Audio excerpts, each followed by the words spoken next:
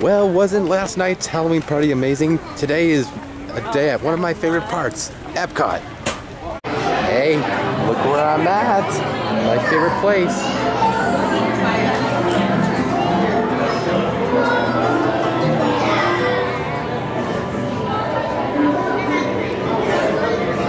There's Baymax too.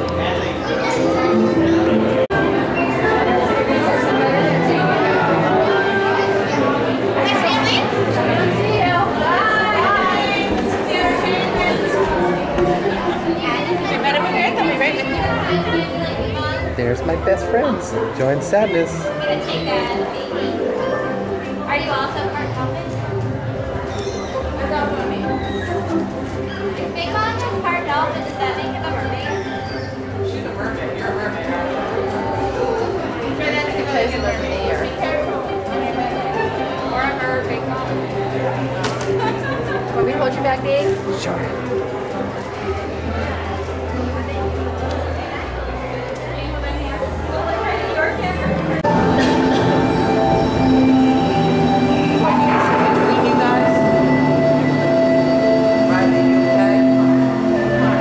Welcome to a voyage of discovery and awareness, richness and diversity, the often surprising nature of living with the land. Our journey begins as dramatic and sudden changes are sweeping over the land. The approaching storm may seem violent and destructive to us, but to nature, it's a new beginning in the cycle of life.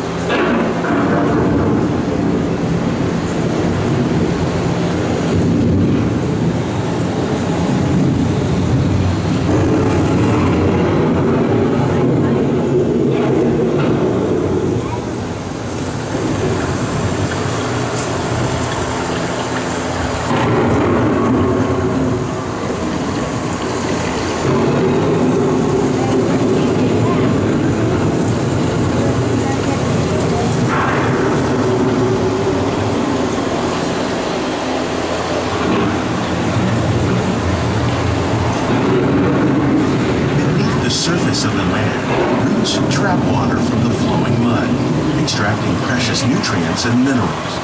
These elements, when combined with sunlight, create the diverse living systems of our planet.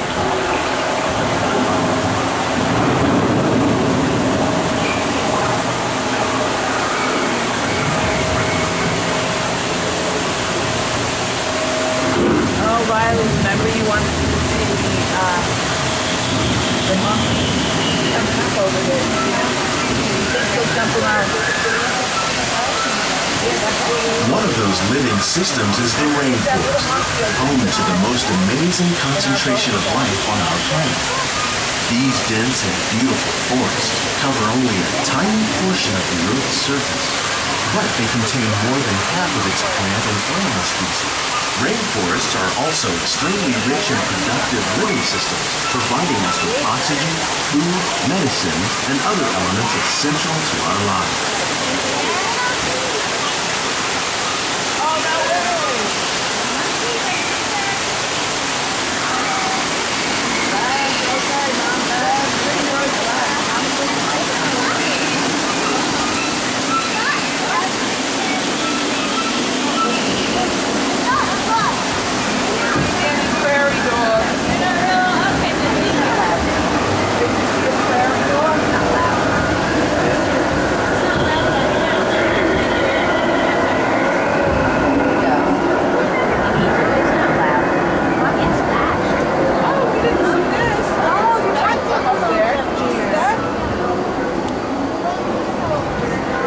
What are they called?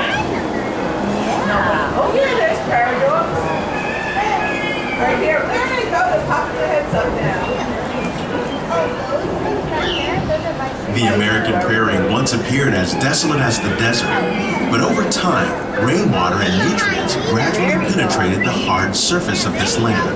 Even the hooves of the mighty buffalo helped create the rich soil that would one day become home to the American farm.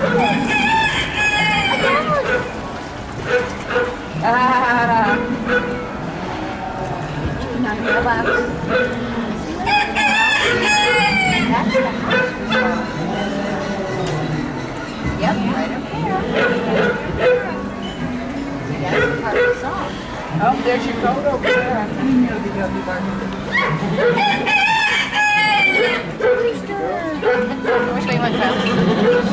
Of all the forces at work on the land, humans have had one of the most profound effects.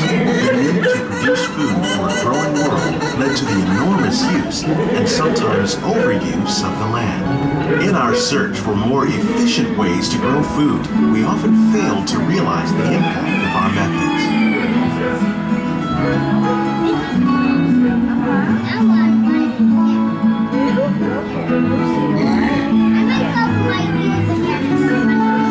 Today, we're learning to live with the land, discovering better ways to grow food that will assure both human and environmental well-being.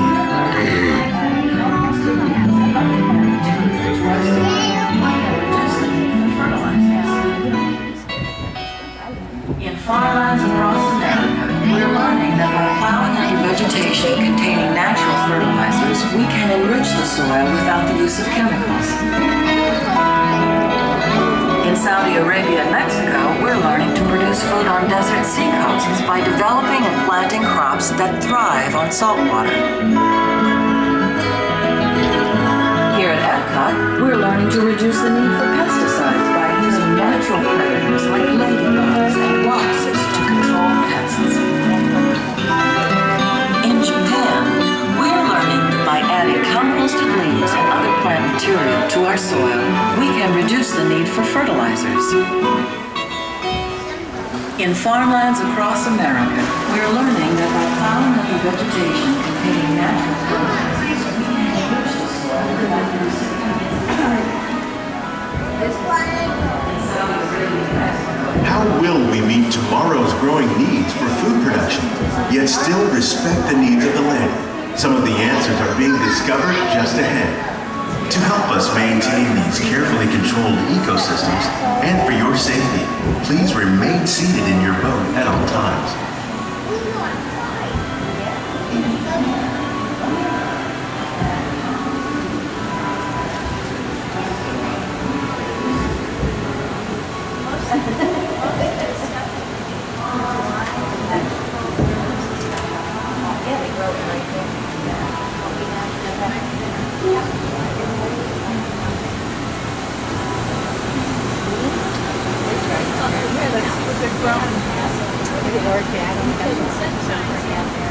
Welcome to our living laboratory, where scientists from Epcot and the U.S. Department of Agriculture are exploring innovative ways to produce bountiful harvests now and into the future.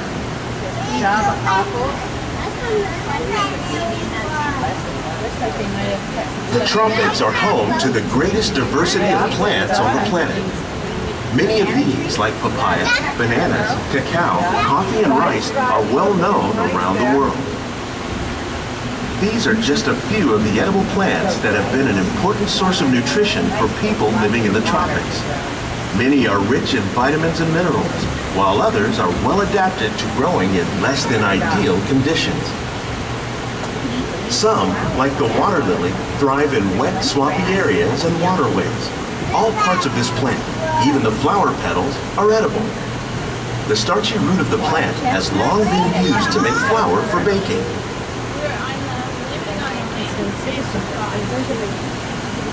One day, many of these lesser-known tropical plants may be as important as the bananas growing on both sides of the boat. More than 28 million tons of bananas are eaten annually, making it the most popular fruit in the world.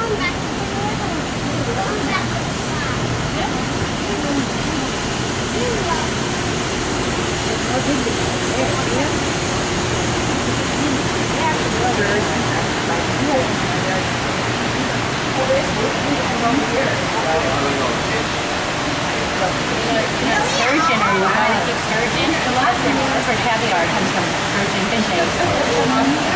When we mention farming, you probably don't think of fish, but fish farming, or aquaculture, accounts for nearly half of all the seafood consumed globally. Tilapia, bass, and catfish, like the ones you see here, are three of the more popular crops raised by fish farmers. The sustainable system we're using here recycles the water in the tanks, As a result, we're able to save millions of gallons each year. We have alligators in here. Our small fish farm produces nearly 5,000 pounds of fish each year to serve in restaurants around Walt Disney World. Innovations like this one can play an important role in our efforts to produce valuable harvests and still protect natural resources. That's huge shrimp. Yeah. There's some hidden Mickey on this side too. Those shrimp are huge.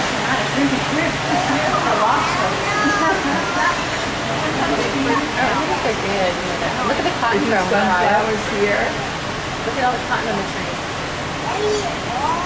Oh, cotton. Oh, cotton. There's cotton. See cotton hanging on the...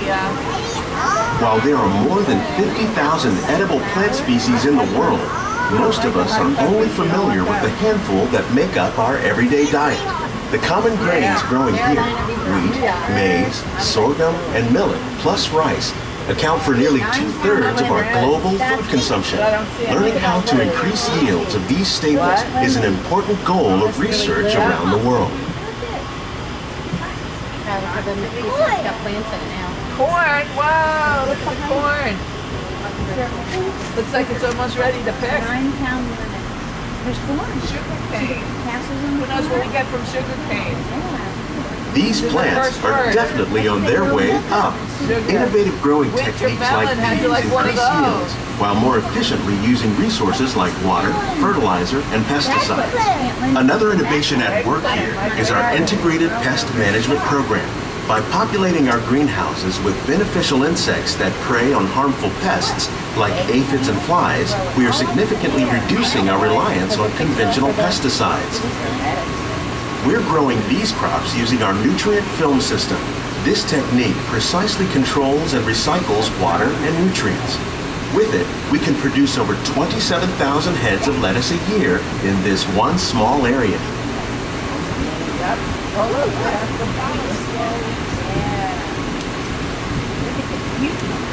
I'm going to take a picture of this for Papa.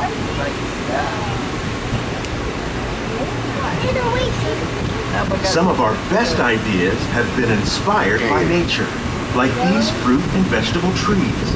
By growing these ground plants vertically, we can increase yields and better control diseases. These crops taste as good as they look. In fact, we serve more than 15 tons of produce from our greenhouses in restaurants here at the land every year.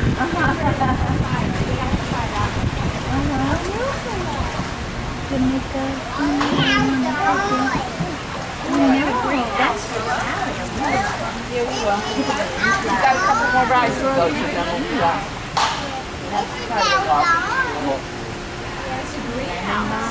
The future of agriculture may include innovative ideas like this vertical growing system.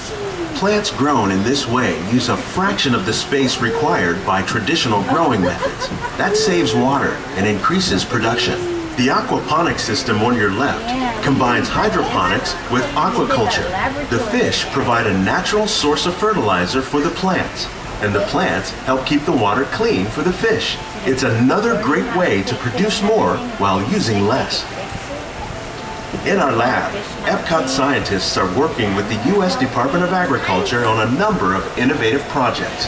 The goal of these efforts is to produce higher yielding and better quality plants.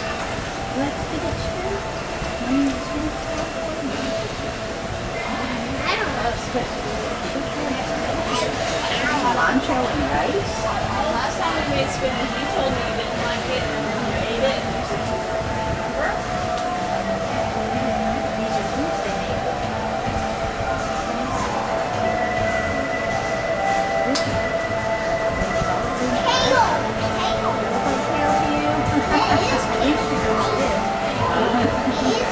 Yeah, you like kale?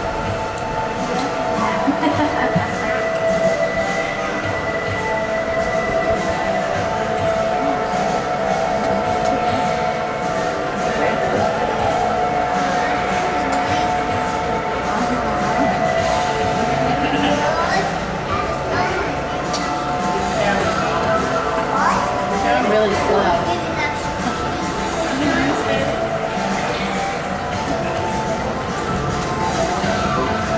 These greenhouses represent just a fraction of the work being done worldwide to produce bountiful harvests for our growing population. Scientists, farmers, and even backyard gardeners are doing their part to improve the quantity and quality of foods that we all rely upon. Together, we can continue to find more ways to increase food production and protect our precious natural environment. Only then will we truly be living with the land.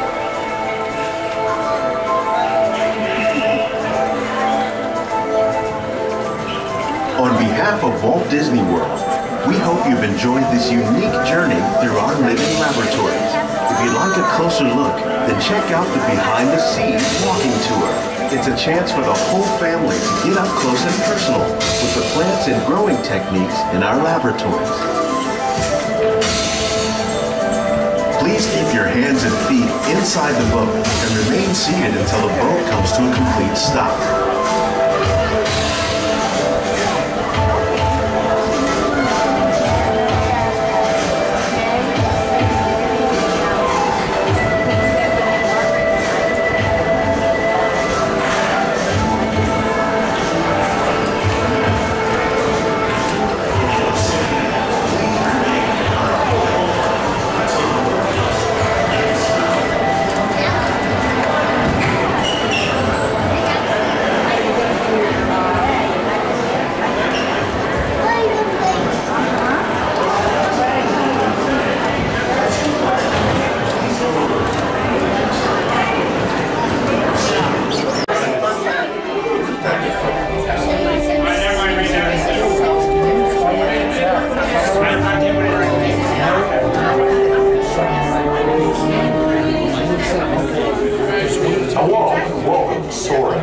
My name is Patrick, and I'll be your chief flight attendant today.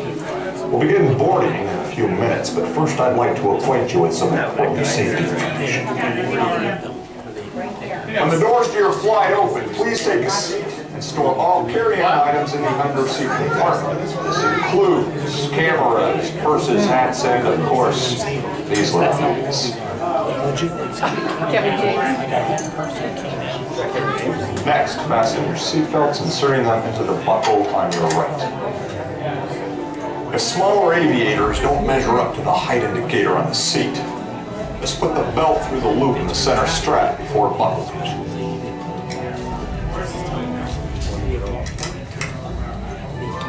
Nice work, pal. Soon you will be airborne. So if you and your little aviators have a fear of flying or of heights, you might want to wait for your party at the arrival gate. Okay, let's review. That is seatbelt, carry-on item, safety strap, fear of heights, keep your hands and arms inside at all times. Anything else? Okay, roll 3's gonna follow me. Jack and Sally? They both are. Nice surprise, huh, Kyle? So we check back again. That means we're gonna hang around all day.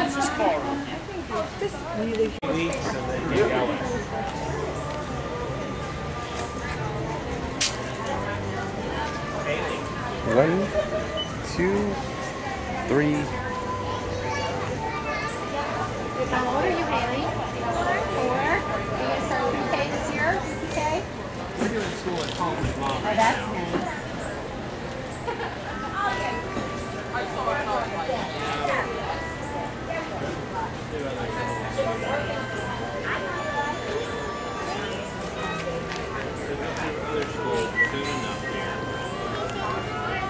Yeah, you've been in school for lots of years.